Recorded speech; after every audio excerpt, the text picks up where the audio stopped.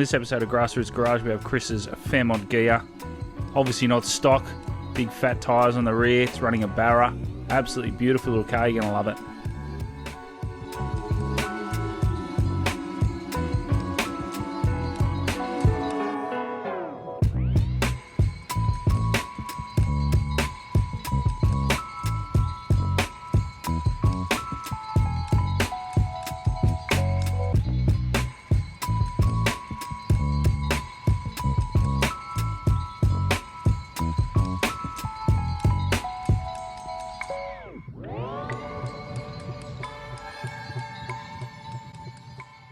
Welcome to Grassroots Garage. We've got Chris's beautiful Fairmont Ghia. Chris, thanks for your time, man. No worries, thank you. Appreciate you having me. Mate, tell us about your car. It's a 1982 XE Fairmont Ghia. It's got a 4-litre Barra with a turbo 400 strap behind it, mini tubbed 9-inch, 35 spline axles, and yeah, it's got all the fruit. So, brought from a guy out in Rossmore. Had it for probably about 5-6 years now, and it started life as a 6-cylinder crossflow. It shit an alternator one night cruising through Lane Cove, and ever since then it's just been off the road until the last couple of years, and we've done a barrel swap conversion in it. So yeah, nice. It's the gentleman's choice. That's Barra. That's reliability and easy to make power. That's right. And yeah, tunnel vision, manifold, mainly rods, pistons, girdle, grout field, all the stuff really. G45 pulsar we just put on it yesterday really. Yeah, mini tubbed, 4-link, all engineered, and yeah, that's it. Before this setup, we made about 700 on the 21 pound, but we did turn up to about 30 pound at roll racing, but we haven't put it back on the dyno since, so we'll see what this new turbo does.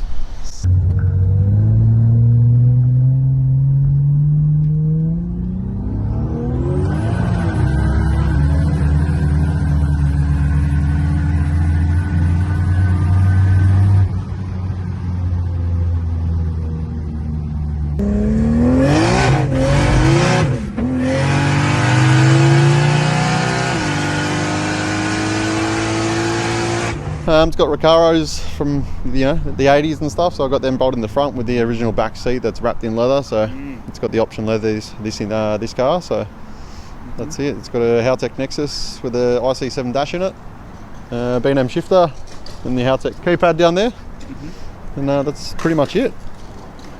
Did you always have a thing for Fairmonts? No, I didn't. No, I don't know. I just kind of liked them. I had a Datsun 1200 coupe prior to this when I was about 18, 19 with a rotary nut in it. And I sold that, and I always regretted selling that car. And then, yeah, we just found this come up pretty cheap, and we just brought it, and yeah, they look pretty cool. I don't mind them. Tell us about the gentleman you bought it off. So there's an older bloke.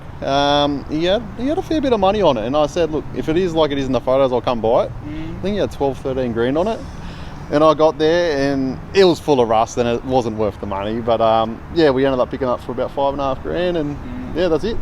It might come out crystal clear in the photos, but that's my photography skills. There's a couple of little things just here and there. Yeah. But that's character. I reckon that's character to the car. Yeah, and I'm begging Chris to never paint it. I want it to stay exactly as it is, because it's just the badges and the paint, everything's just right on the car. I absolutely love it. I've been told by a few people just to leave it the way it is and not paint it, so I might have to for a while, to be honest. So tell us about roll racing. Tell us what you've done with the car so far. Yeah, so we've done a fair bit of roll racing with it, it handles pretty well. We've also raced at Eastern Creek, and it's gone the best of 9.6 146 with a real lazy 60 foot.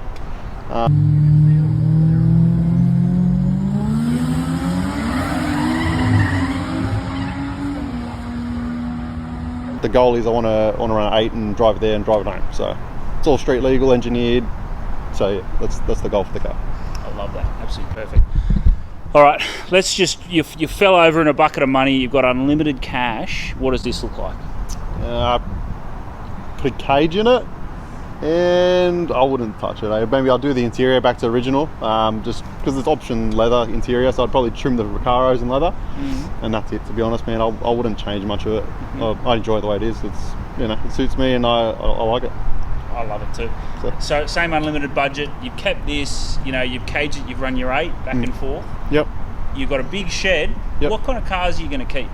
I would. I'd love to buy another Datsun 1200 coupe, because that was like the first car I've built, and I really want another one. But just haven't got the funds to buy another car at the moment, so I'd probably buy one of them, and I'd love a Porsche GTRS. Like they're a sick car, so I'd love to have one of them as a car. But you know, that's a house deposit these days, so 100%. it's way up the house or the car. So you can't live in a car, so you got to try and buy a house. So that 1200, you're going to rotary it again? Yeah, I'd probably do it the same. It had a vinyl roof, 30mm turbo. I ran 10-0, backed off 3 times, and then I sold it back to Steve Dimmick, who actually built the car for me, and he went 9.6, 9.5, something like that from memory, and he still owns the car now. Now it's pretty much an 8-second car, and I wish I never sold it. So I'd love to build another one of those. Nice, I love that. Any other cars or highlight cars you've owned over the years? No, I've had mini trucks. In the mini truck era, are we talking? Yeah, mini truck era. So I had a Mazda B26 Barra, airbagged all around, billet intros, you know what I mean? Like that was the thing when I was about 18, 19, and it was a while ago now. So yeah, they're still a cool car. So but I kind of grew out of that, and I'd rather go faster, really. So that's it for Chris's beautiful Fairmont. Chris, thanks for your time, man. No worries. Thank you. Appreciate it. Legend. There's always a long list of thank yous with these cars. Chris wanted to say thanks to his brother Ryan, Clay's Creations for all their fabrication work, Shorty's Performance for building the motor, Evan at Unigroup for all his help in tuning, SDR for the rear end fab work, Dave Vassallo for the gearbox, DC Electrico for fixing the wiring, and Lizard Fab for the oval stainless work on the exhaust and the belly pan.